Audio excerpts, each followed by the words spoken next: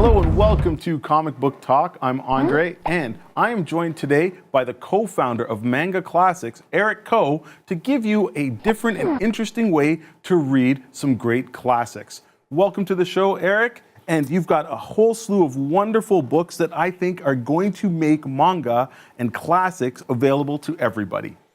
Thank you, Andre. Thank you for having me here. So Manga Classics is a project that I have in mind for a while, and we started back in 2014. Creating classic literature books, faithful adaptations of classic literature books. In fact, in order to help the younger generations get into these really nice stories, otherwise that they feel that might be boring nowadays.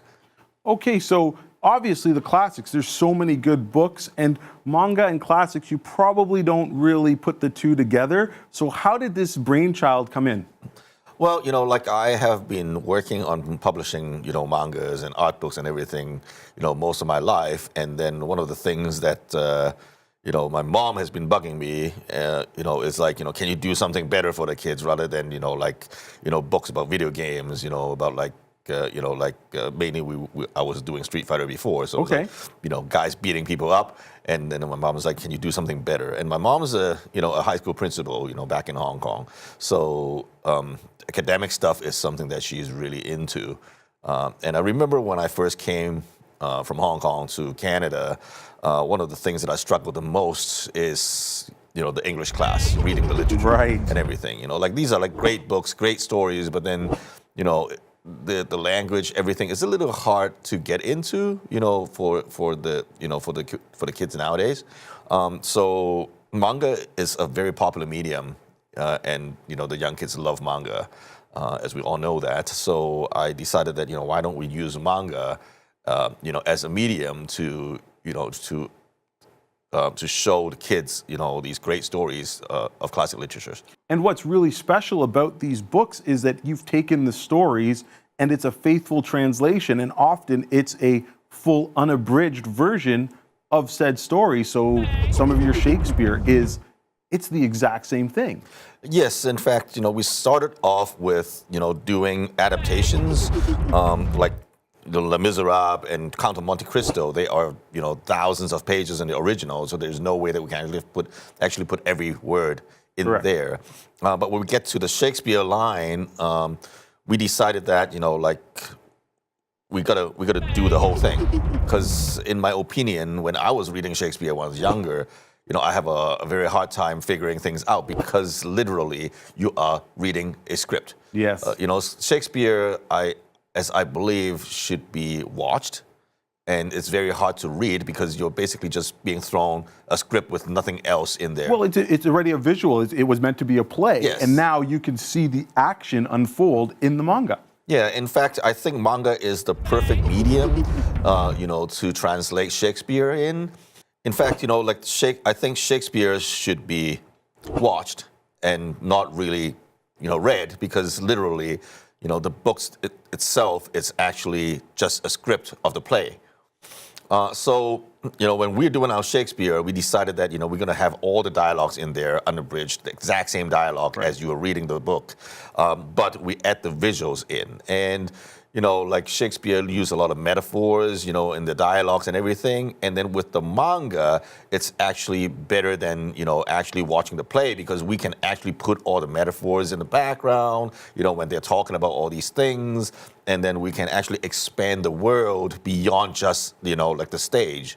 Very true. And also, one of the things I noticed when flipping through these books is that your attention to detail has been fantastic. So you mentioned Shakespeare, but it's also the background. You've got the settings and the locales that are featured in these stories. How did you guys go about doing that? In fact, we have, our creative team actually did very extensive research on the backgrounds of the materials, from locations to fashion, to hairstyles to everything.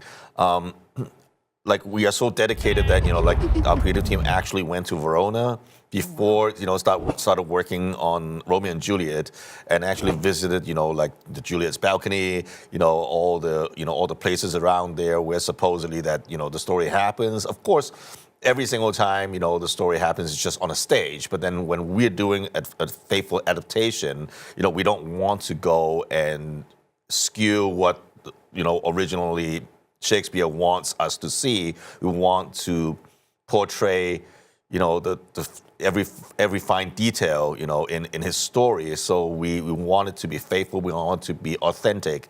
So the team actually went and took tons of photos. At the end, at the tombs, at the tomb, when they do the final fights and everything, they actually visited some royal tombs there. And then we take photographs of how those tombs are set up and stuff, and then we integrated it, in the background of of the story. And all these things are actually, included. We included some articles about how we do that at the back of the books as extra materials. That's too. really cool. So it's kind of like a behind the scenes, kind of like a vid doc that you'd find on a DVD, but you get it in the book. Pretty much, like you buy a Blu-ray, you buy a DVD nowadays, you want to see the making of. And Right. we actually include those kind of making of stuff at the back of the book for people to enjoy as well. That's incredible. So speaking of making of, the stories are a broad section and they are international stories. So you have, I hear, an international team of people that help you make these books. Yes, our creative team, are from all over the place, but mainly, like we have story adaptations person, in both Asia and North America, as well as artists that comes from like all of Asia, including Japan and like some from Hong Kong and Taiwan and Korea and stuff like and places like that. The most important thing is we want to make sure that these artists can convey the authentic manga experience Right.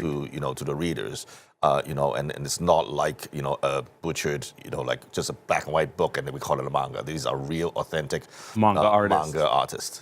Right. And so with that international flavor, you also have the books are available in several languages. Can you tell us which ones they are in?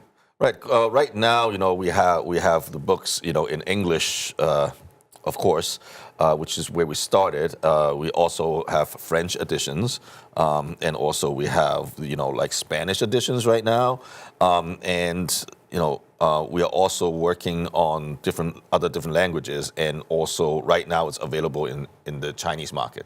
Very good. And also, as you can see here, there's a couple different formats. So hardcovers and soft covers. What's the difference between the two? When we do the first print run, we do a first run of limited edition hardcovers that is about like, between 1,000 to 2,000 copies. And once those ran out, it's gone. The paperbacks of more, general releases that we will keep on having, like them in print. Okay, so there's definitely hitting a little bit of that collector's market. If somebody wants their favorite book, they got to get in on the first run and the first editions. Yes, definitely. All right. Next up, I want to ask you, which one is your personal favorite of the stories and why? One of my first personal favorite is actually Scarlet Letter. This book, it's a book that is mostly requested by the teachers. We actually work with a whole bunch of teachers and librarians and educators to select titles. Basically, we have them tell us, hey, like which title do you think kids has more problems understanding and everything, and then we make it into a manga, so that they can use that in classrooms, they can use that in like reading groups, to get kids into that title. So Scarlet Letter is one that is my favorite so far. The reason being is when we're doing manga, manga is black and white, but how are we going to do a Scarlet Letter in a black and white environment? And we decided to actually go ahead and color every, like every A, on Every character wearing the A has it in red. When the main character when Hester is wearing the A, like every A in the book is actually printed in red. It took us about like another week to do the formatting. Yes. And of course, the printing is a little bit more expensive, but we want to make sure that, the idea of a Scarlet Letter is conveyed. to the audience, and it actually works very well. I have teachers coming back telling me that, oh, this is like brilliant because, like for people to understand how much attention she's getting. Yes. Wearing the Scarlet letter. This is exactly how it is because that's the first thing you draw your eye to on a page when everything is black and white, and then the A is red. Okay, so you've mentioned teachers and educators, and obviously the story with your mom being a big influence on it. So would you say your target audience for the books are students and educators? That's how we started off with, as a project. We want to use manga to help kids read literature. But the interesting thing is, as the feedback comes back, there are a lot of people who are afraid of reading manga because they feel that, manga is like backwards reading, and then it's something like different, it's something foreign. And then because they know, books like Jane Austen's or Les Miserables or Shakespeare's, they would go like, oh, I love these books. And then there's a manga version of it, and I've never tried manga before. And then they actually, would try it out and send us feedback on like, oh my God, this is like my first manga and I'm loving manga. And then, we help, some older audience, found manga as a medium. Plus we can have the younger audience using manga to find classic literature. That's amazing. That's kind of like a unexpected bonus because that might not have been the audience you targeted. Yeah. But that's the power of comic books and the visual mean, and manga is probably one of the most exciting. I got to tell you, my personal favorite was Macbeth. I loved the portrayal of the characters, the art, and especially the witches. They looked creepy, and they I think it really added something to the story. So I think you're onto something really special, and the magnitude of titles that you already have is quite impressive and extensive. But I want to ask, what's in store for Manga Classics in 2019? So we just released Macbeth and Romeo and Juliet at the end of last year. And we're continuing the Shakespeare line because it's very well received.